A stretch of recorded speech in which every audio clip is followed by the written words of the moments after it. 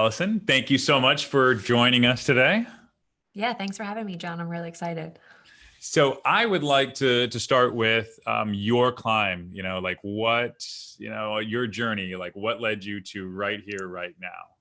Yeah, thanks for asking. I actually reflect on that a lot because often I think, what did get me here, right? And surely everyone thinks about that all the time. And after 5 more years in business, I'm sure I'll have another climb story, right? Where maybe this is the tough time where I get through and it really enlightens this new part of my business. But so far, I'm probably most thankful for and most excited about, working as an operations manager. I think that's probably the most important thing. So I was in the trenches growing a company. We helped speakers basically leverage stages to actually grow their marketplace notoriety and then build marketing engines on the back of those speaking engagements. And so a lot of the things that were coming up for our clients after we were coaching them for months and sometimes years is they would say, I am scared to book another stage because I physically cannot handle this influx of clients. I am just going to fall apart on the back end. And oftentimes they were solopreneur, they were folks with really small teams, they were agencies with, just a handful of contractors here and there, or they would white label services. And sometimes just their mind started to work around like, what am I going to do if I get 10 more clients today? And that totally broke my heart because as you're on the climb in your own business, right, you don't want to leave money on the table. You don't want to say no to, helping new people and being able to get great results for clients. So once I, kind of parted with that company, folks started reaching out to me and they were like, hey, can you do for me what you were doing for them? And so I was like, sure, totally. So that's kind of how I got started. And I was doing lots of ops management, one-on-one work with clients, and just seeing all of these different use cases of agency owners and coaches being like, I can't take on clients because I have no idea what to do on the back end. They were pulling back the curtain and just the litany of spreadsheets and like keeping things super manual and having to pay people, $15, $20 an hour to do basic data entry for ops that they had no idea what was going on. So I basically ended up just kind of cleaning up, right? An exercise in cleaning up and making things more efficient. And I noticed that a lot of businesses needed similar things. So that's how Operations Agency was born. And I'm really excited to be in the third year of our business right now. It's really humbling actually to kind of make it out of that like 1 to 2 year kind of growth period and really say, okay, I've got some really, really good meat on the bones of this business. I've helped some really, really awesome agencies and coaches. And I think that, the growth trajectory for us is just really finding out, what serves our clients the most, what moves the needle the most. So I've been playing a lot with that kind of data over the last year or so. But yeah, that's kind of my climb and where we are now.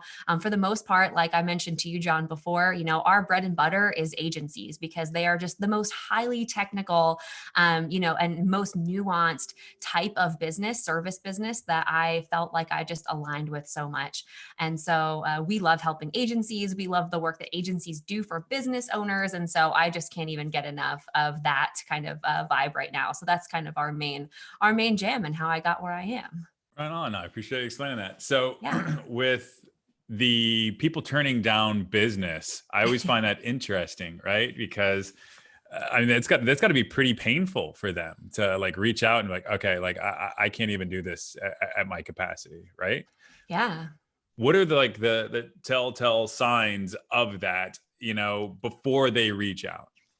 Yeah, and so it's really interesting because I think what ends up happening is like there's a couple of key things, and when you invest in your own marketing and you invest in your own kind of just getting your name out there and your brand out there and telling clients how you can help them or potential clients, oftentimes folks go right to the onboarding process, right? And if you have a clunky onboarding process and you can't get somebody through that extremely quickly, especially as an agency, and I mean get that proposal done, get that contract signed, get that initial payment, make sure you're collecting all of the stuff that you need to be collecting from them. That is probably the biggest indicator that there's kind of a bottleneck there and you won't be able to help folks, as quickly as you thought. So that's probably number one. If you have a clunky onboarding process, I would say, let's make sure we get that out of there. And the second big indicator I think that aligns with somebody feeling stressed about taking on clients is if you're in that project manager role right now. And I know that for service businesses, that's probably the number one biggest issue, probably aside from personnel, right? Aside from having a team and growing a team, is that kind of move from I'm my own project manager to I'm a CEO. Right. And so that I think is the second big telltale sign, probably the more painful one, if I'm being honest. I'm sure some, folks hear me talk about that and they're like, oh yeah, I'm totally in my Asana account or in my Monday account every single day, dragging my team across the finish line. So we want to eliminate that stuff before we can really welcome a gigantic influx of clients. I love that. Yeah. I know a lot of agency owners, and I know a lot of them started or were at some point the project manager. Yeah. And it's painful too, because it's a really tough position to fill, right? Nobody cares about your client's success more than you do. Nobody cares about your quality control more than you do. Nobody cares about your bottom line more than you do. And it's hard when, you start your business and, you start working with other contractors. And sometimes it can get, just really difficult to kind of climb out of that pit, to use a really negative term. But yeah, I mean, there is hope, obviously being able to get out of that is really what makes the business able to scale to the point that you're probably dreaming of. What types of, so you said like coaches, you had people that speaking engagements. What are the types of agencies? Are they like all sizes? Can you talk about the types of ones that you help and what they look like? Yeah, so we help agencies. I would say the mid-range agency is probably our big one. So I would say any agency between like 500,000 to 10 million is really where we spend most of our time. And I would say the $500,000 agency obviously looks way different than the $10 million agency. So in terms of scope of the way that we help folks in that range, it does vary because they probably need very different things. So the $500,000 agency is probably dealing with a lot of staffing issues, right? They're probably like, whoa, we have a lot of people coming to help us, but I have two people on my team, right? I need to be able to grow, but also maintain profit and maintain my margins so that I can start to accept more business, right? And then the $10 million agency probably has like a leadership problem, right? They probably have departments and they probably, if we're talking about full service agencies here, they probably have a ton of different sorts of services that they offer. And so I think leadership and holding your team accountable to really creating some of these systems is probably their biggest problem. And so, anywhere that falls kind of in between is where we specialize, right? Really taking the, if you can imagine just a pyramid, right? Taking the top end of the strategy, pulling in the logistics, and then the bottom end is your kind of ops, right? Is exactly the baseline of where you want to kind of stay. And that's where you can change the most, right? Strategy, you can theorize anything, right? Ops is really where you start to get, the meat and potatoes of how to make those changes, tracking certain trends, making sure that we're staying profitable. So really that pyramid goes into every project that we work with, right? And making sure that we have, strategy, logistics, and ops really kind of in line with one another. It just looks a little bit different based on obviously the challenges and the needs, and frankly how long they've put off operationalizing things. I've spoken with $500,000 in sales agencies, and they're like, yep, we have a really great proposal process and we just want to expand on this, and we have an ops minded type entrepreneur. And then I've been with $10 million agencies that are like, what's a process? I have no idea what's going on here. And so it's so funny to think, and especially, you just admire these teams, right, for bootstrapping it as long as they have. So we like to help them, get past that bootstrapping phase. So you'll go into $10 million agencies and they don't even have written processes. Oh yeah. Oh Wow. yeah. Especially think about it, John, if you're in a situation where you're an agency and you've got a lot of white label services, right? If you're working with a lot of different things, you almost, and it's something that I talk about with my agencies a lot, you're almost scared to ask for, proprietary information from one of your white labelers, right? So like even having that conversation is really difficult because you're like, hey, listen, you get these results for me, and I'd like to know how. And they say, wait, no, this is weird. I don't like this.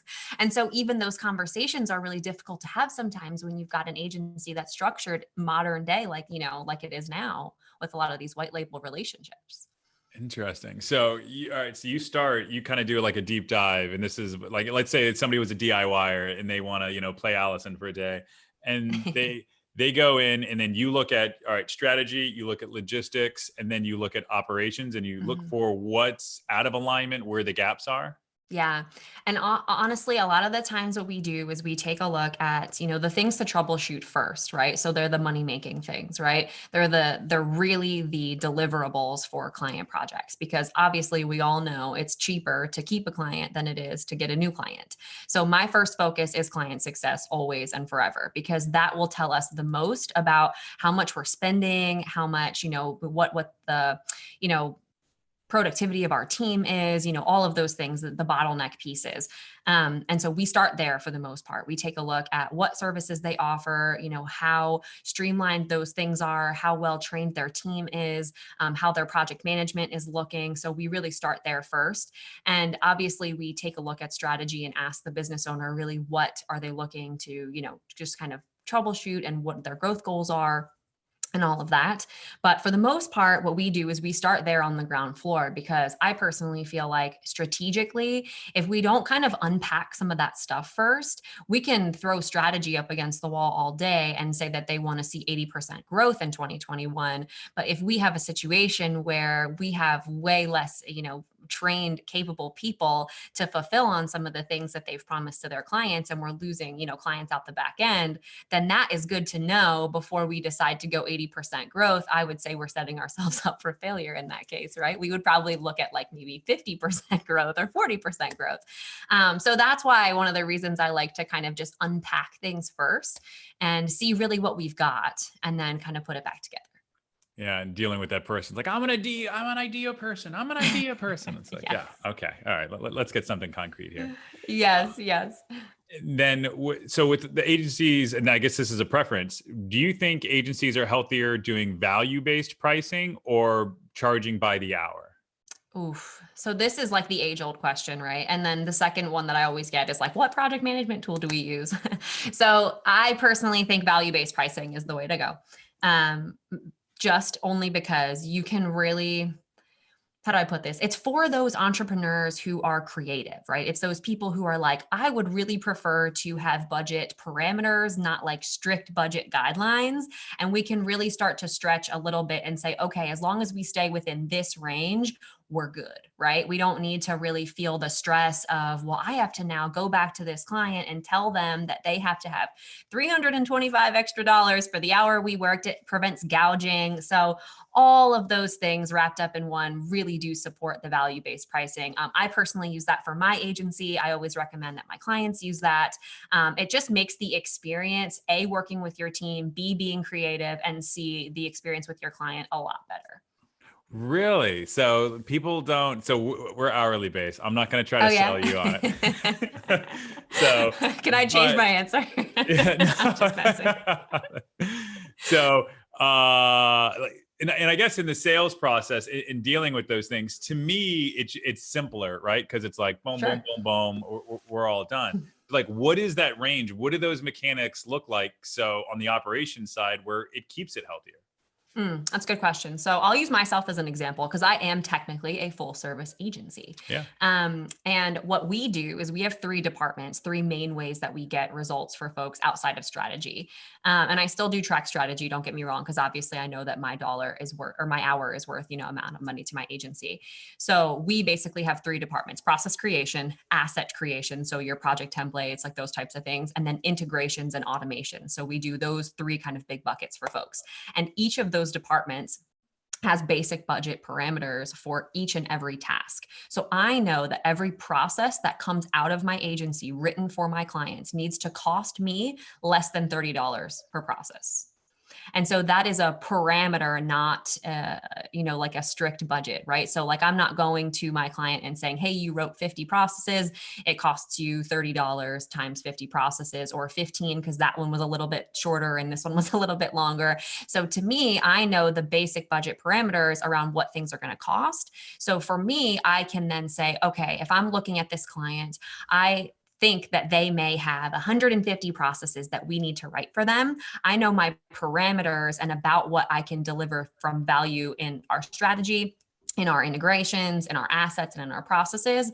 And I basically say, okay, it's either going to be a 10K project, it's going to be a 15K project, or it's going to be a 20K project, right? So then I can basically tell them over this amount of time, we can make these, these investments into your operations via processes, assets, and integrations. Got it. So it comes down to it's something that's rote that you've done tons and tons of time. You have a large data set, and then you can Mhm. pull from it. Yeah. And Okay. that's one of the value of ops, right? I mean, it's really this really unsexy, but like very, very satisfying thing to have kind of in your back pocket. Even when it comes to basically anything in your organization, it really eliminates the friction around the CEO's decision making. And that's one of the things I think as I grow with my business professionally, personally, I personally love the objective decision making that ops allows a business owner, right? Because we're really close with our business. We put out a piece of content, we love it, we poured our heart and soul into it. But if it's not performing the way that our parameters and our ops say that our post should perform, then we need to pull it or not do posts like that, or give our business what it needs and what it wants, and our client base what it needs and what it wants. And so if we're tracking things with a large data set, and we can set our prices accordingly, we can train our team accordingly, right? You can tell whether an account manager is better than another account manager performance wise, whether they are doing certain numbers or not. You know what I mean? Through training, through actual client retention, through the pace of projects. And so to me, it eliminates that friction between having to sit down with a team member and say, hey, I feel like you're not performing the way that you should be performing, right? It's, hey, person, this is the numbers, this is the results I'm Yeah. seeing from you. And really it provides just a common ground, right, between Yeah. people in the agency, between numbers and dollars in the agency, right? When you're going to be profitable, and when you're not going to be profitable. And it's really, I think, in my opinion, it's that relationship that helps the business grow, because the owner has a good relationship with the So business. instead of saying like, you know, you could essentially say like, I don't think you suck. The numbers do, right? Exactly. I know it sounds terrible, but it's true. And honestly, all business owners I talk to feel that. They feel it deep in their core because they've done performance reviews. They've had to sit down with somebody that they don't think or they don't know is performing well, and they can't gather that evidence because it's just not there. It's like, look, yeah, I like him. We all like Yeah, him. The numbers hate him, right? So, exactly. Exactly. and then with that, like, what are so when it comes to processes, how finite and super subjective should someone write their processes? By the click, like every single thing that happens. So 1 click, 2 click, 3 click, 4 click, especially for the agencies, right? I mean, in this case, this is why we love agencies so much, is because their work matters in growing small businesses, period. And they have some of the most nuanced processes that probably exist right now in the marketplace. And my thought is that if there is a way that, a business owner has generated amazing results for clients and that needs to go out further and scale, then we need to make sure that the processes are flawless. We need to make sure that folks can execute to the number and be able to create those results again and again and again. So my thought is by the click, And then every single click. really, so like Yeah. wow. Okay. So like what does an agency's process like document look like, or handbook? Like how many pages is like a healthy agency? That's a really good question. And, I probably need to gather more data in terms of how many, but I would say that the average, so if we're like mid-range agency, right, anywhere between like 500,000 and 10 million, I would say that agency, the $10 million agency, probably needs somewhere in the ballpark of 200 to 300 processes. And what I think, depending on how many services that they offer, truthfully, what I think needs to happen probably first and foremost is they need to have a house for those processes we call the playbook. And so if you think of the playbook, it's basically, how like knowledge is fluid, right? The playbook is fluid. So think of the playbook as knowledge, right? I know that's very ethereal, but think of it that way. And then inside of the playbook, if we're thinking of it, let's just say like a spreadsheet, right? It's knowledge is the spreadsheet. And then each of the tabs are the topics in knowledge that for sure you're an expert expert on, right? So it's the departments of your agency, and it's the services that you offer, and it's the training of your employees. And so you are an expert in your business because you've gotten results based on, whatever it is you've, IP'd and all of that stuff. So to me, it starts with the knowledge, the expertise. And then inside of the expertise, there are specific topics, if you will, right? So like chapters in a book. We're going to discuss this today, and it's called SEO client management. And here are all of the ways that we do that in the specific linear order. And really drilling down and saying, okay, we can phase out this process. So for example, if you think of a book, right? And then you've got sections or, sections in a book, and then you've got chapters in a book, and then you've got your pages. Your pages are your processes. Your sections are probably the departments of your company. The chapters are your specific services. Wow, I like the way that you put that. So let's say that somebody has the processes, and I've seen this, right? And then actually, I have another question I want to jump back to. But let's say that somebody has their processes. Mm-hmm. What does the going back and reviewing look like? It's a good question. And, I think that it probably differs based on a couple of things. So I would say the review process, if you have a COO, if you have someone dedicated to ops, is weekly, 100%. Because if you're looking at your data, if you're collecting data, then weekly, you should have 52 options throughout the year to pivot. Right? So if, for example, something is coming up in the week 1 data where you're like, this looks a little bit off, then my recommendation would be what process supports that result or that number, and let's go back and look at it and make some tweaks. So if you have a COO or an ops manager or somebody in that role, that is their core management job, is to go back and look at that data, obviously setting it all up. So there's kind of 2 phases to that, right? Is like the ops setup phase, and then the ops kind of review and refresh and tweak kind of phase. So if you have somebody in that seat weekly, if you don't have somebody in that seat and you are a smaller business and you don't have too many moving parts, like kind of that smaller type agency I was referring to before, you only have a few team members, I would say monthly to quarterly, but strive to move to weekly.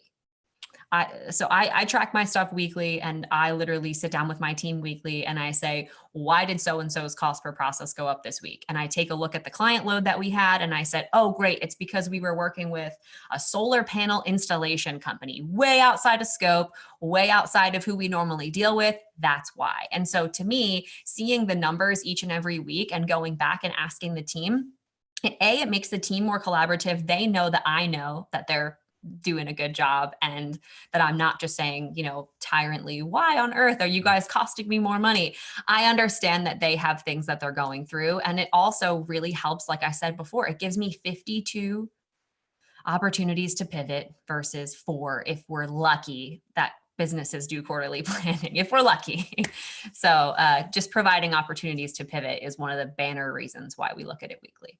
I love that. So you take your processes and you compare those to your, quantitative data that's coming in. Mm-hmm. That's exactly right. Every process, and you don't have to get this nuanced. I would say find the banner data that supports like the goals that you have for growth, especially in the agency and quality control and results and that sort of stuff. So every process doesn't need to have a quantitative number assigned to it. However, a group of processes likely does, especially as I was talking about kind of that chapter of your book, right? If you have a group of processes in a certain chapter and that chapter for some reason isn't conveying what it needs to the reader to be like, then we need to rewrite that chapter. So with processes, right? Let's say where should an agency start? Should they start with one process? Like, okay, how do we answer the phones? Or should they create the foundation, the book, the spreadsheet, like you mentioned? So I would say maybe a little bit of both. So a couple of things, obviously writers, and my background actually in college, I'm an English and critical theory major. So I think of a lot of things in terms of like storytelling and writing. And it's just, I love to read, and that's just how kind of things go. So if I keep using literary examples. Please stop me if it gets exhaustive. However, most folks who advise and coach on writing books, they advise a couple of things. They advise first and foremost to start to frame out like the overall goal of what exactly you're writing, right? So what's the end game? And I always think about it like, what's the inciting incident? So like, why do we even care about these people in this story? What's the climactic thing? So like, what do we want at peak? And then what is the wrap up? Like what's the end goal, right? So if we really want to provide, results with people through Facebook advertising, that's like the reason why we're paying attention. And the climax is that you can get 2-cent leads for people, right? Let's just say that that's the peak. And the result is that people retain with us to get these, leads for X amount of time, right? And here's how we keep the people on. That's an example of one, kind of story that we're telling. In this case, what I would, sorry, I'm losing my train of thought here. You're good. With this like extended literary with another reason why I'm thankful for potential edits to this podcast. Sorry, I'm blanking on the question. So yeah, you're totally good. So where should somebody start with like when they want to write a process, right? Yes. Okay, perfect. So framing it out is a super useful exercise. So figuring out what story we're telling with our operations and with our business in general, and then sitting down to quote unquote free write what we know for sure we want to say. Right. So the things that we know 100% that we're doing really, really, really well. And this can be basically enlisted. You can enlist the help of your team members with this one. So if, for example, you've got someone who's front of house in the administrative role, who's answering the phones really well, tell that person to write a process while you are kind of strategizing this goal. So you don't have to do one or the other. You can really fold time and enlist the help of really good team members, folks who get great results week over week, folks who, are keeping clients, folks who are, just really contributing well to your agency. And you can ask them to free write, if you will, right? Hey, just outline a process really quick for me. Let me know generally how this works, how much time it takes you, that sort of stuff. And then for the most part, we like to lean on, specific screencasts. So that's kind of step number 2 is to, frame it out, free write about it, and then start to physically put stuff into play. So record your screen while you're actually doing things. Interesting. So when you start working with an account, do you decide whether they're going to write because there's some companies, I think they're just completely incapable of writing their own processes where they would need to hire someone like you. Is that like a conversation that's had, I'm assuming, or is it on that company where they just need to figure it out? John, I had an existential, how do I put it, inflection point in my business very early on. And I wanted to really have folks own their ops, right? Like hire an ops manager, get this done, really focus on it. And I was coaching folks on how to do it. And it was no like done for you. I had a ton of templates and I was like, here, do this, fill it out. And the take rate on that, the folks got good results, don't get me wrong, but the take rate on that was way lower than I had expected. And I was like, why? And I think you are asking a really good question because there are types of folks who just physically do not have the capacity to create operations, whether it's a time constraint, whether it's a mental block, whether they are ops minded or creative minded. There's a lot of things at play there. And so what we started doing when we get a new account, we guarantee that we will write every single process for their agency if they will give us a screencast. And so as long as you are folding your time doing it, right? As long as you're recording your screen, and we've gotten clients who've sent us like a whole day's worth of work, right? That we have to like chop up. Oh yeah, it's crazy. And we have to chop it up and say, okay, this is process number 1, process number 2, process number 3. And it's great because all they need to do is their work. Mm-hmm. And so once we started doing that, we realized that the amount of processes that we were able to create, I think we wrote 500 processes like in the last month, like in November. And so like, that's crazy, right? Like the fact that somebody can come in and say, okay, I'm going to sit down and do my work today. And then somebody's going to take this and write all my procedures for me. And so I think that both the conversation about workload was so much easier with our clients, right? Because they're like, how much time is this going to take me? Especially if they've really put it off, right? Like I was talking about before, if they're really behind on things, sometimes that can seem really daunting, right? It's like, pushing all of that extra crap in your home, like into that one closet in the hallway. And you're just like, I am so afraid to open this up because I'm just going to get completely like covered in crap. That's the feeling that some people have when they start to go into this project. And so I'm just thankful that now we have the team on the back end to be able to help folks do that. But oftentimes they don't have a team themselves either. And so if they're thinking that they are going to task their project manager who's already overloaded, or their ops manager who's already overloaded with stuff, a sigh of relief happens when we can kind of come alongside. Absolutely. And the proverbial bowling ball doesn't come out of the top shelf of the closet. Exactly. That sounds like a huge selling point for you, where essentially an agency can just document all their processes in a video type format, and then you guys flesh them out, cut them up, and edit them and organize them. Is that accurate? Yeah. Oh, wow. Yeah. All right, cool. That is a huge advantage. All right. So let's say that they have their processes. What does the enforcement, I don't know if that's the best word, or the training look like? What are the recommendations you have for that? That's a really great question. And I think that the biggest challenge, like after ops, is holding folks accountable, right, to keeping things together. And I think that we see this oftentimes with our clients when maybe a new system is implemented, right? We're like, hey, listen, you guys are crazy for keeping everything in spreadsheets. We're going to use Infusionsoft. And this is the way that we're going to set up Infusionsoft, and it's going to be great. And then the team pushes back and they say, well, we don't really like Infusionsoft, or we don't want to use Infusionsoft.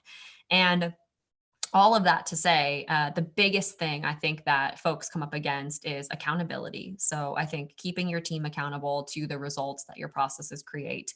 So that can be, really enforced by, or I guess I use that same word, but I don't like it. I know, But that's bad. that can be, reinforced, I guess, by, sort of training everybody on the new platform, right? So we believe that your processes train your people. And so, we can obviously derive specific results from that. So let's just say, for example, we've got an account manager who's being trained into your agency. And we have, all of the processes written for how to onboard a new client. And it's the account manager's role to operate and make sure that that person is onboarded correctly. And we know that by collecting data from our processes, that onboarding a new client should take 2 days. And if we're tracking that onboarding is taking 2 days, we're basically realizing 2 sets of data, right? Client journey, client success, and effectiveness of this new of this new account manager. And in this case, we are able to basically decide how effective our training is, how effective our processes are, potentially what we might need to put in front of our clients before they're able to get us stuff in time, whether that be like a form or that be a strategy session really quick to start off the experience. It tells us a lot of things. And so that's just one set of data. And so training folks comes by basically taking these processes and having them go through them and then monitoring the results that they create. And we like to, when we implement new training programs and implement new SOPs for teams, we like to say that in the beginning, at least 30 days, right? Every 30 days, you're taking a look at, sitting down with your team and saying, okay, account manager department, it looks like here, this spiked from 2 days to 5 days, and then it's hovering down here at 4 for the rest of the month. Like, what's going on? Did we get really excited about these new processes and we were flawlessly executing, and then we started to get not accountable and that's why it rose up? Or is it because we got 30 more clients and it just took a lot more time? So meeting with the team and helping them understand that these processes, this training is actually there to help them do their job more efficiently and provide a growth path for them. So if we've got 10 account managers, right, who are just kind of really crushing it for us, or let's just say 2 out of the 10 are really crushing it for us, those folks can kind of see the path of rising up to a senior account manager position or another leadership position in our company. So I think that ops also, when you kind of create that book, right, or that summit of your knowledge, and you can say, hey, listen, here's what happens when our group of account managers do a really great job, influxing from 30 clients to 50 clients. That means that people get raises. That means that people get promoted. That means, kind of enlist their excitement about the whole thing. And that will, I think, help alleviate some of the pushback that could exist when implementing some of these new changes. What types of org structures do you see that are the most successful, or or is that irrelevant if you have the right processes? The latter. It's irrelevant. I personally, I think that your business is by design, and business owners start their business. It's almost like a thumbprint, right? Like you have your own unique genius. You've got your own unique skill set. You've got your own unique team with personalities that may or may not support a weekly huddle, may or may not support a daily, roundabout or a daily digest, right? At the end of the day. So it really does depend on what you want, right? Because you're the business owner, right? What you want and what your goals are for your business definitely trump a lot of things. The success of your clients definitely trump a lot of things. So making sure that those things to support your clients are in place, right? So if a nightly roundabout or an evening kind of meeting with all of your team members supports your clients best, I would advocate that you put that in until you find concrete data to support that you might need to move to 2 times a week or 1 time a week, right? So the structure and the way that you kind of, organize your departments and you organize your day to day really should support your goals as an entrepreneur, the services that you provide, the results of your clients, and, the, how do I put it, the culture of your team. Got it. Now, you mentioned putting a playbook together, and I know there's tons of tools out there. Do you just think like a Word doc or a Google doc is the best way to go? Or is there some type of process software that, has dazzled you maybe? I'm currently being courted by a process software, and I'll let you know how it turns out. No, but and I always get asked this question about tech, and I always say that the best project management tool, the best process documenter, the best blank, right, is the one that you actually use. And so I think that with a couple nuances, first and foremost is start simple, right?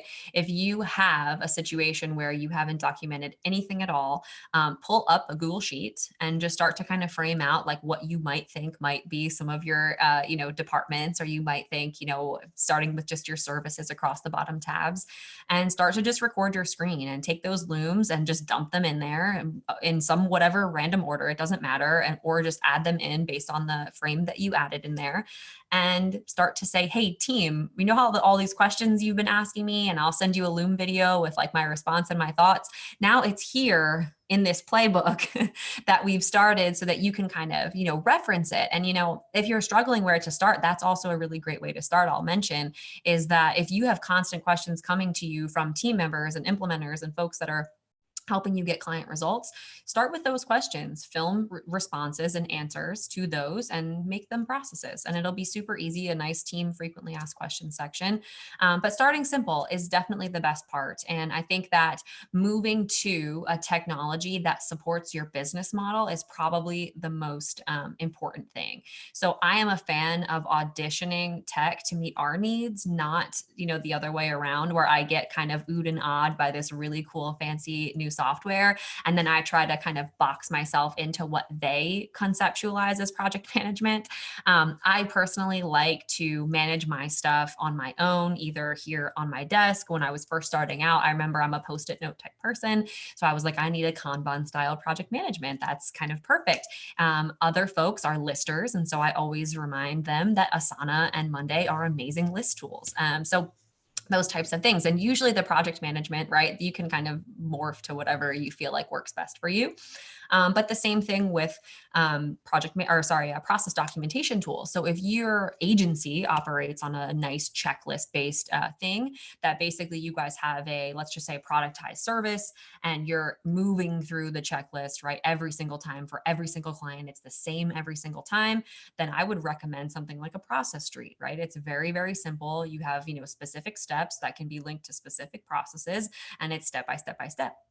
Now, if you've got something that's more, soft skill, trainable, that sort of thing, you can use a software called Trainual. We work with that a lot, especially if you're looking to grow a lot in the next year or so and hire a lot of new people. They basically automate training for your team. And so I would leverage something like that, especially if you're using lots of videos. That's a great, great platform. So there really are a lot of options. And I think that folks do get bogged down by that. But I say start simple and then audition technology platforms to fit your needs instead of the other way around. What about when it comes to business operating systems? Are those effective? Is it more in that kind of personal thumbprint DNA side of things? What are your thoughts on that? Yeah, so I think It's a good question. And again, I think that it would depend on the model. I think it really does. I think that anyone who is managing anything, whether it be the finance, whether it be your ops, whether it be your IT and your marketing, right? Just like marketing isn't a one size fits all, right? Neither is your ops strategy. And so I think that oftentimes we think that ops is so elusive, right? Because no one really talks about it that much. Everyone's kind of like, ooh, like I said, it's like the closet you don't want to open up. Everyone's like, ooh, that's weird. I don't want to talk about what's going on behind the scenes. And it's funny that, sales and marketing, right? You're like, there's no one size fits all. Like we have to, create custom sales processes. We have to create custom marketing engines for our clients. The same is true about our ops. The same is true about doing that deep work and saying, what supports my business the best? What supports my clients the best? And what supports my team the best? I like it. Yeah. Cause I know there's a lot of agencies that there's a lot of shiny things in this industry, right? Yes. So there's like, I oh, this subscribe is to AppSumo. I know it. I know it. yeah, silver bullets, panaceas. Like everybody's, oh, this is the answer. It's like, no, it comes down to just the brutal simplicity of just it's hard work and getting things right and being organized. And that sounds like this is a big part of it. And then, and speaking of a lot of agencies, it was one of our first conversations. A lot of consultants and a lot of these people are saying that you shouldn't be full service, that you should niche down, that you should only have, one specialty. And granted, I'm kind of mixing that around to some bit, but that's the gist of that message. What are your thoughts on that? I love this question. I really do, because I feel like full service agencies get a bad rap nowadays. To your point, right? So many folks are saying, niche down, productize, all of those things. And so personally, my thought is if you have a good relationship with your business and you want to offer full service. Do what you feel is going to serve your clients the best. Now, if you're struggling with your relationship with your business, right? If you're really thinking to yourself, I'm not enjoying this, or I only like doing one thing, or I'm having trouble scaling, right? I'm having trouble accepting new business, then maybe niching down is a good idea for now. However, if you're in a situation where you're feeling good in your business, you're getting great amounts of business, right? You're getting great results for your clients.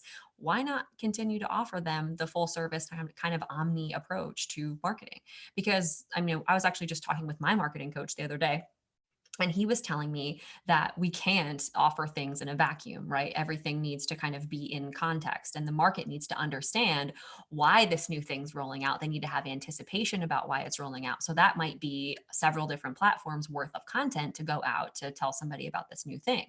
And so my thought is that I need a full service approach, right? I need a full service approach to launch this thing. And so in my mind, I'm thinking, well, what full service agencies do I know? And I immediately started thinking about them, because my thought is that if you aren't full service, right, you must really like this one thing. And so you need to commit to really liking this one thing. And the full service agencies, they just love this omni approach, and they love to tinker, and they love to learn new things. And I personally am kind of that person too, which is why I'm full service. If someone comes to me and they say, I use blank technology that I've never used before, I'm like, cool, I'm going to log in later. That sounds great. And so to me, I don't like to quell that like sense of wonder in an agency. And so if it's working for you and you want to document, I think that that's probably the biggest, card you can pull, like right in your back pocket, is like, let's make sure that once we offer a new service, we get it documented and we make sure that folks know what types of results to expect. That's probably the silver bullet, if you will, to having the full service agency, to knowing for sure that, things are documented and supporting you on the back end. And I didn't think about it until now. I believe their whole approach isn't necessarily operational. It's probably sales focused. Mhm. Often. Yeah. And then speaking of that, and it could be what in the operational side, what does that encapsulate? Like, what do you see bleed over where you're like, nah, that's not operations, or is operations all encompassing? That's a good question. I think operations is its own thing. So we've kind of got a couple of things. So in terms of the ops side of the business, in my opinion, we've got, so the process creation and planning, that's like foundational first and foremost. We've got efficiency improvements and technology. So inviting like new things to help us work faster. We've got quality and cost control, and profit starts to creep in there, right? Like really starting to take a look at, okay, what are our margins now? Where do we want them to be? Growth and scale is probably the next tier to that. And then profit only is number 5. Like profit, profit, profit. I'm a huge Mike Michalowicz fan if you don't know that already. But that's kind of what I would classify as ops. And so that is the department. It bleeds into finance, I would say, just because of I'm a data-driven type of operator. And so I think it bleeds into finance because the dollars are probably the biggest indicator whether or not our ops are working well. And then you've obviously got your IT, your sales, your marketing, and your HR is probably the way that I would classify these buckets of things. Got it. And then when it comes to the profit, what do you see as a healthy profit margin for an agency? So it would depend on, again, size, because sometimes when we work with external contractors, it would also depend on the amount of services that you offer. But I would say if you are an agency who's mid-range, again, the 10 million to 500,000, and you have in-house team, I would say that you're probably looking at like 40%, 30%. Right, as a solid profit margin, at least in our experience, after kind of working through some of these kinks. Now, if you're white labeling almost everything and paying whatever agencies' premium prices are kind of accepting at that time, your profit margin can vary quite a bit, especially if you're pricing based on their pricing and not doing value-based pricing like we talked about before. You really can, start to see things kind of start to creep a little bit more, especially if you're paying, $450 an hour for somebody's time. So again, that can vary quite a bit. But if you have an in-house team, if you are really tracking well, and you are looking to, start to standardize a little bit, I would say 30 to 40% is really, really good. Okay. Yeah. No, those are good margins. Now, when it comes to the full service, let's say that there is an agency that they do SEO, they do paid search, they do social media, they do email / marketing automation, and then they do strategy, right? What would the process structure? What would that process structure look like for something that I just named? Would it be one of each point? Can you kind of talk through that? So what I would say is that those are chapters in your book, right? Yep. So like the book is the whole business. You've got your own HR department, you've got your own marketing department, your own sales department, and this would be like the services. So this would be that tab or that chapter, in your book. And my thought would be is that each and every one of those services has its own onboarding process, fulfillment process, obviously client journey. Now, if you're stacking on together, what you could likely do is say, okay, here's the general onboarding process. And we find that every client usually needs X, Y, and Z kind of plug and play. I'm sure y'all know League Off. He's a solid like agency kind of coach in the market. And he talks about like adding services on like Lego blocks. I think that's a useful way to think about our processes and how to structure those in an agency as well. He talks about it more so related to pricing and that sort of thing. But in my mind, I'm thinking of those Lego blocks. If we basically have a block, that means, okay, here, run this option, right? When they use the Lego block, they're basically saying, okay, I need to do 1, 2, 3, 4, 5, right? I need to do these couple of things. And so they exist for us in that way as almost a library of how-tos, right? So any contractor that we bring on, if we're not, white labeling another agency or that sort of thing. Any contractor that we bring on, and even any agency that we white label, we basically say, hey, listen, here's how we do SEO. And here are the types of results you can expect from running these types of plays or running these types of processes. And here are the results that we expect from you. And really it helps, structure a ton of relationships that way as well, and helps define whether or not someone's a fit even to come and help you, run those sorts of plays in the agency that you've described. So when it comes to the white labeling side of thing, what does that process relationship look like? It sounds like you send them like a conditions of satisfaction or something like, Yeah. hey, this is how we roll. Totally. And I actually listened to this really awesome podcast like early on as a business owner, and it was titled Expectations versus Agreements. And they were talking about like relationships with people. And I really resonated with it because I thought to myself, wow, okay, this could really apply to like almost anything, right? Like if I say to my husband, I expect that you do the dishes, right? Do the dishes now, instead of being like, hey, on Wednesdays, Steve, remember we decided you do the dishes, right? And so coming to that agreement with somebody before, kind of thrusting an expectation on them is solid. So I think what you need to do as an agency kind of before you even accept white label business is you say, okay, what is our non-negotiable, right? Like what are we coming to this agreement or coming to the table with, right? We need to make sure that this is the cost per lead for our client on this specific account. We need to make sure that projects move at this pace. We need to make sure, whatever else, this is our, preferred level of communication, and come to the table knowing like what you feel is going to serve your agency the best based on data. And then the other person is the same way that we audition for tech, right? We're going to audition, right, the white label service or the white label agency to say that this fits our needs the best or the closest, right? And then we're going to come to an agreement about how that's going to unfold.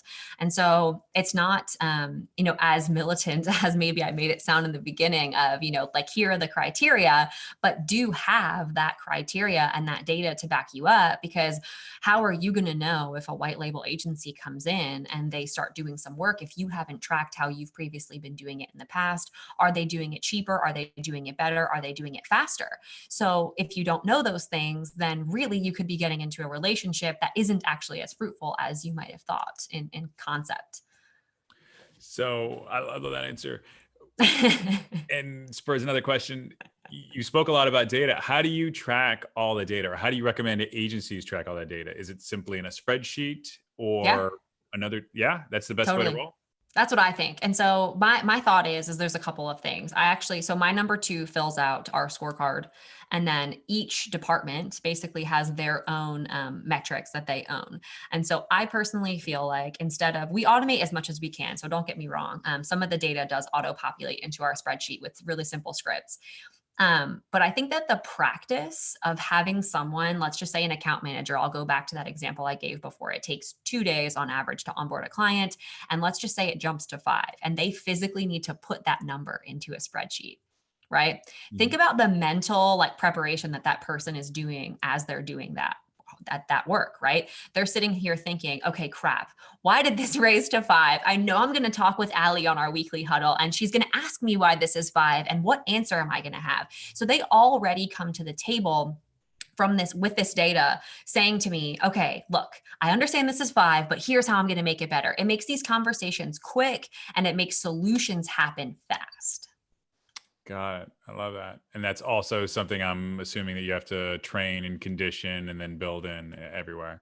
Oh yeah, most definitely. So everybody's responsible for reporting their own data, it sounds like, Mhm. and then that feeds upward. Yep, exactly. So what you need to do, especially I love scorecard conversation because I think data is probably what I geek out about the most, because again, I'm really, really about making objective decisions in our business. And I think that it just helps the relationships too. So in my mind, I decided what I want to see, data wise from my end, and then what data trickles down and supports this data that my team needs to be filling out each week. So really it's just a practice of really deciding, similar to like quarterly goals, right? You just reverse engineer. So if I want to see 70% profit margins, I need to see this number, $30 a process, right? Like that's basically how I get there. So what do you recommend every agency should have on their scorecard?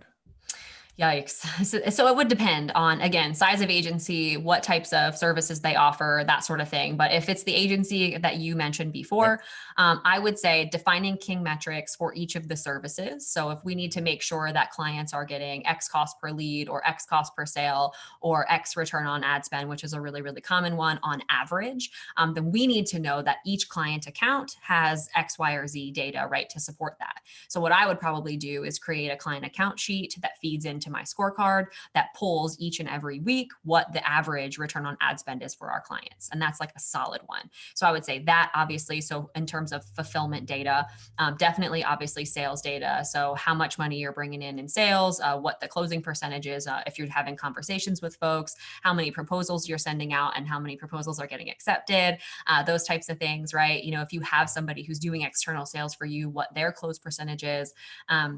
that kind of stuff in the sales. Obviously, your standard marketing statistics, right? Your cost per lead, your cost per customer acquisition, all of that stuff.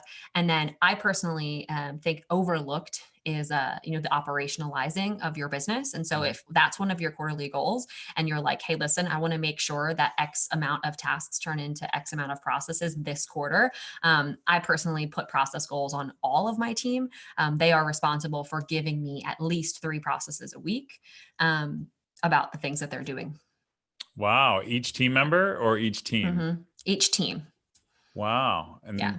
and that and I like that idea. So yeah, part of ours we have. So my business partner does most of the process writing, but we try to have team members do it as well. Especially when you get like a suggestion, like, "Oh, this would be great." It's like write the process. That's how you want it to roll, right? I love it. Yeah, and it works both ways. But will they hit like an endpoint if they're all writing, or is it like no? It's this is endless in your world. Endless, because remember we talked about before, like revisiting processes. If you have a COO, we're doing it weekly.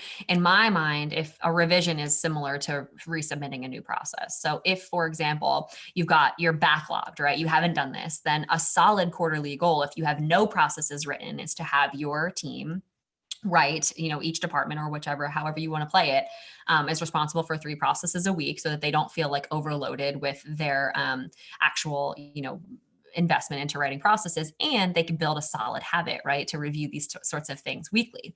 So that's number one. Number two, once you have your processes, right, and your COO or your ops manager or somebody is saying, hey, listen, we're kind of hemorrhaging money in this one service, or something's not right in our sales process, or whatever, whichever, go back to the team and say, hey, listen, reason is because we just implemented a new software, or we need to implement, let's just say, Pipedrive to track all of our stuff, right? And so what you need to do is record a new screencast and write a new process around how to use Pipedrive to, kind of weed out some of this, stuff that's going on with our sales process. So that's what I would recommend, and keep that to 3, right? Make sure that they know that they need to be revisiting things. And if you're really struggling with finding processes to actually get your team to write or revise, I love templates. Templates help everything prosper.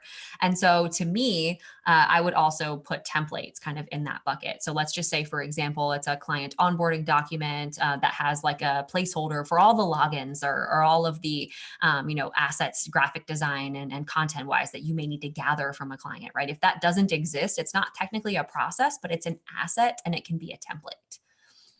Got it. I love that too. Now, have you seen agencies try to just take somebody else's processes verbatim and inject them into their companies? Totally. And you know what? You can do that with a lot of different things. Like, for example, if you want to use Trello as a project management tool for a ticketing system, let's just say it's rework, right? You can use that. And I have a solid process on that. And you can just take it. Like, it's great. And the thing is that as long as it's not like general IP, in my opinion, right? If it's just like how best to leverage a software, Trello probably has something very similar on their very own website. You just have to dig through their help articles to find it. But if you say, and they're obviously not going to tailor it specifically to an agency, but if you're working with someone like myself and I'm like, hey, listen, I've implemented this structure into several agencies for rework and ticketing and making sure that this stuff, goes out the door really fast, then just use it. Yeah.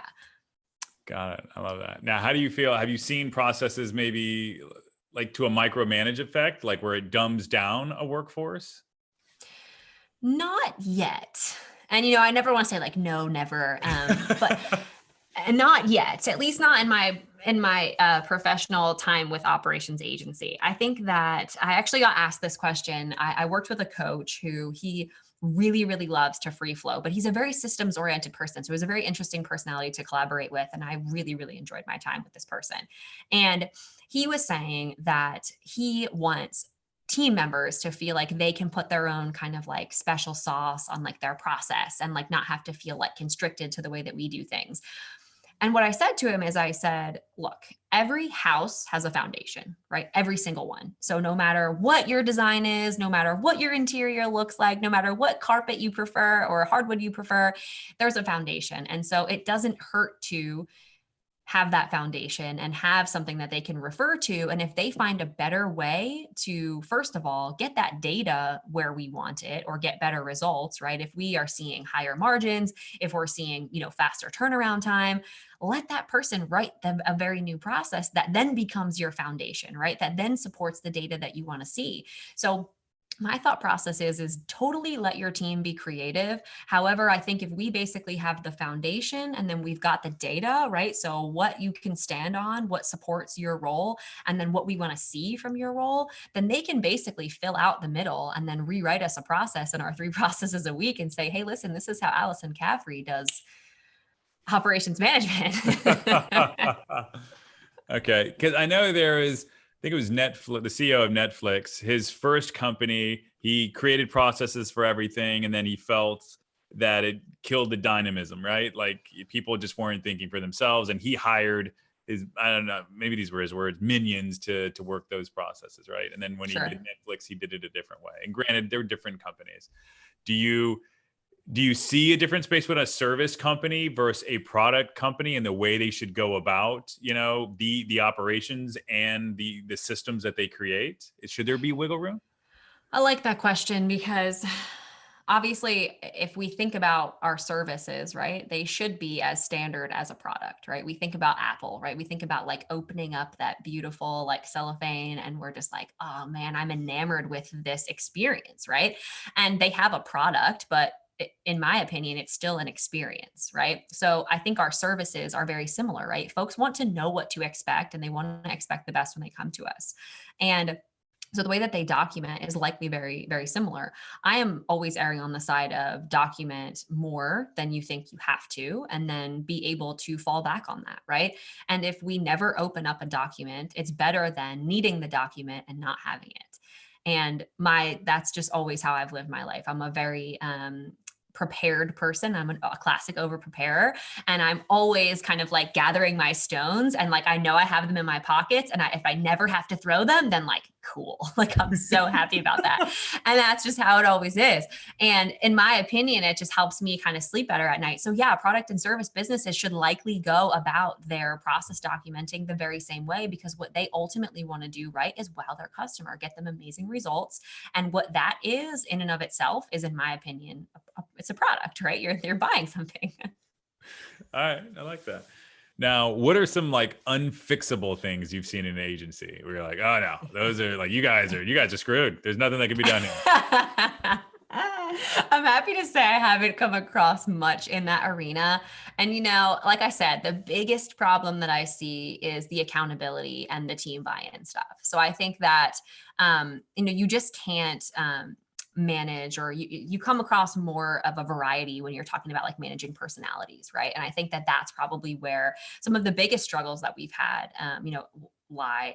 And I think the other big one is kind of wrangling in the CEO or the founder type, right? Is saying like, well, what exactly do you want to do here? And what exactly are we thinking is the best data? And what exactly are we thinking is the best service suite? So I would say those two things, right? Is making the kind of vision CEO like type of person kind of hunker down and say, okay, this is exactly what I want, and this is exactly what my growth goals are for the business.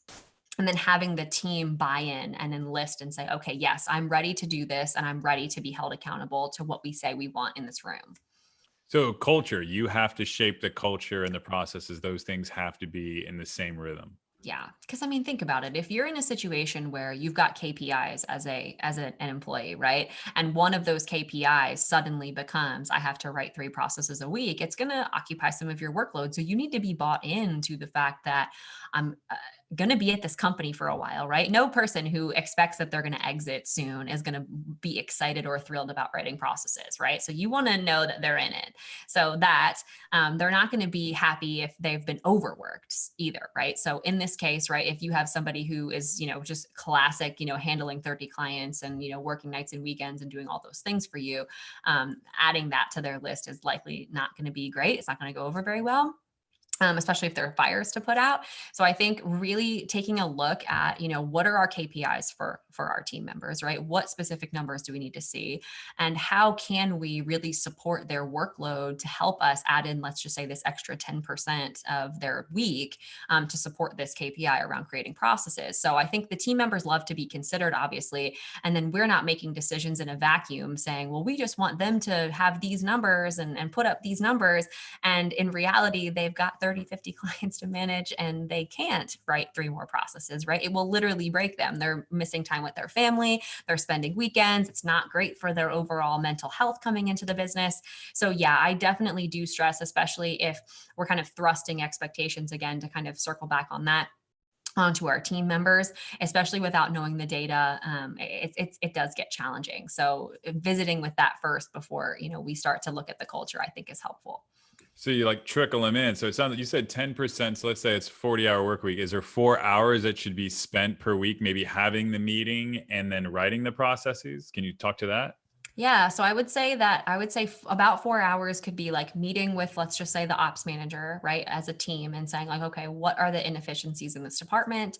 What might we need to troubleshoot? And then they may start to maybe tease out some of the more specifics around like maybe the specific tech platform, or the way that they're communicating with a client, or that they're gathering data, like all of those kind of variables.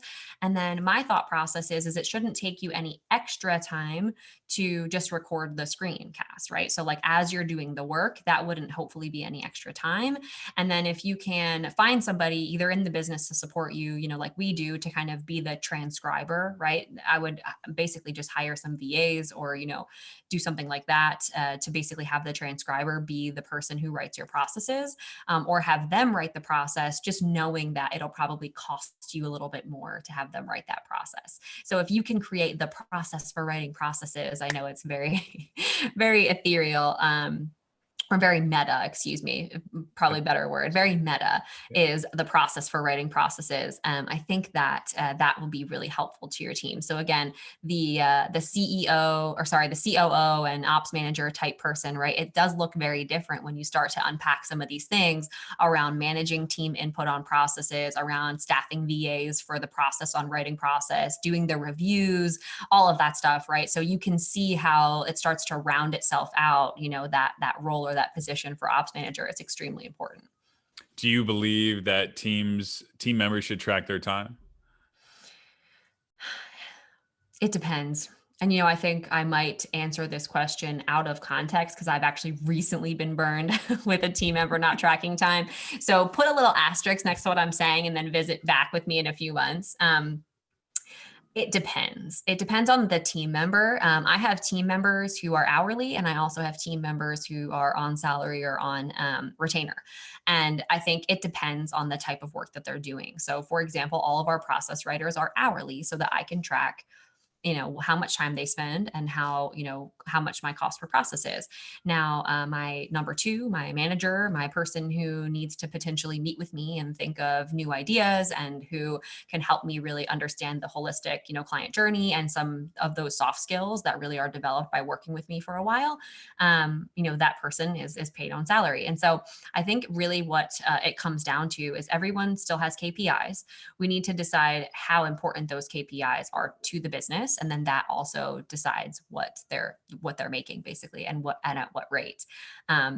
So for example, I have five process writers currently right now on my team that all they do all day long is write process. Hmm. And those people, I know that I have a very standardized way of doing things, and I have a very trainable way of doing things. And my process department is humming, like things come out in like 2 days, if that. And so the thought is that that's a very trainable skill. It's a very easy thing to grasp. I can, have people come in and out if I feel like that's necessary. Obviously, turnover is never something that I want to have. I have process writers who've been with me for 2 years. And so that type of skill is very different than training the type of skill that comes onto a client call with me and can help me identify where the bottlenecks are and where we need to troubleshoot first. And so that type of skill, in my opinion, is more of a salary-based type of soft skill that is learned over time, that takes me nourishing them, that takes my time with them. So I would prefer that person be, compensated a lot better. Okay. All right. Yeah. So essentially, if you have something that is billed on an hourly, that person their time should be tracked. And then if not, then they don't need to be, right? Exactly. Okay. Yeah, All right. exactly. Yeah. And I agree with that. It's very simple, very logical. Oh, I thank Um, you. so I want to give you this space though, like anything that you want to promote or share, like this is your space to do that. I think I said it before and I'll say it again. I really have a bleeding heart for agency owners. I think they do great work. And I think that every small business needs a solid marketing plan and they need to be able to lean on somebody who can get them great results, get them clients in the door for cheap and clients that are going to stay with them. And I just love working with those types of people. And I super duper also love having folks have a good relationship with their business, because if you have a good relationship with your business, you have a good relationship outside of your business, right? You can spend more time with your family. You can spend more time, with, doing hobbies and things that you love. And so I think ops is the vehicle for that. And so my thought is having a clear ops strategy, having solid ops is like the blanket that keeps you warm at night, right? Like you kind of take it for granted. It's there and it just makes you feel great. And it helps you do all of these other amazing things, right? You can get better results for your clients. You have better culture with your team. You spend more time with your family and you can, go work out in the morning and not think in the shower like, oh crap, I have to send that email. Everything's kind of just like humming. And so to me, if you've been struggling with any of those things, head over to opsagency.com is really the very first thing. Like my website's a great representation of who we are and how we help. And the playbook is the very first thing. So like I said, just opening up that spreadsheet and saying like, this is the way I want my business to look, or opening up the spreadsheet that you currently have and saying, whoa, we really need to visit with some of these processes. That's probably the very first thing. And I have got a template for most agencies that I've used for pretty much the whole time I've been in business, and it's updated regularly as well. So the most up-to-date version can be found at operationsagency.com. And that's probably the quickest path right now to starting to get some of this stuff figured out. And also available on my website is book a call with me. Like we can just like jam about ops. So I love having calls with business owners. It's probably my favorite thing to do during the day is basically someone's got a problem that they think is unsolvable, and I can definitely help them through that. I love it. So that's like a challenge. So anybody listening to this, yeah, you want to try to stump Alyson with your operational questions. I tried today. She nailed it. So I highly recommend giving that a shot.